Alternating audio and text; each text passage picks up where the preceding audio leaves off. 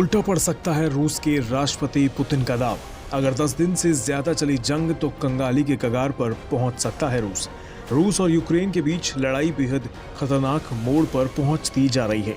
दरअसल यूक्रेन के खिलाफ रूसी हमले का असल मकसद उसे नाटो में जाने से रोकना था, लेकिन अगर ये युद्ध लंबा चला तो पुतिन का दाव रूस पर उल्टा पड़ सकता है। एस्टोनिया के पूर्व रक्षा मंत्री रिहो टेरास का दावा है कि अगर युद्ध 10 दिन से ज्यादा चला तो रूस कंगाली की कगार पर पहुंच सकता है।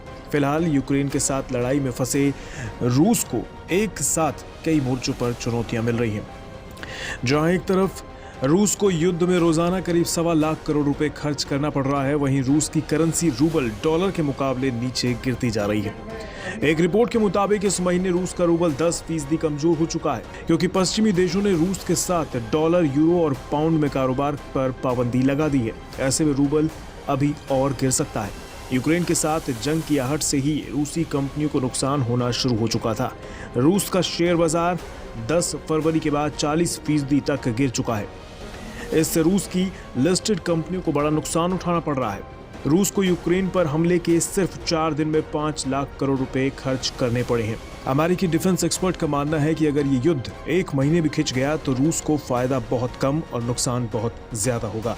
कीव और खार्किव में यूक्रेन का मोर्चा मजबूत रहे, इसके लिए कुछ यूरोपीय देशों ने यूक्रेन को हथियारों की सप्लाई भी शुरू कर दी है। दरअसल अब यूरोप का मकसद रूस को ज्यादा दिनों तक युद्ध में उलझाए रखने का है। यही नहीं, यूक्रेन को रूसी हमले से निपटने के लिए यूरोपीय देशों में सरकार के साथ साथ आम लोग भी आगे बढ़कर मदद कर रहे हैं।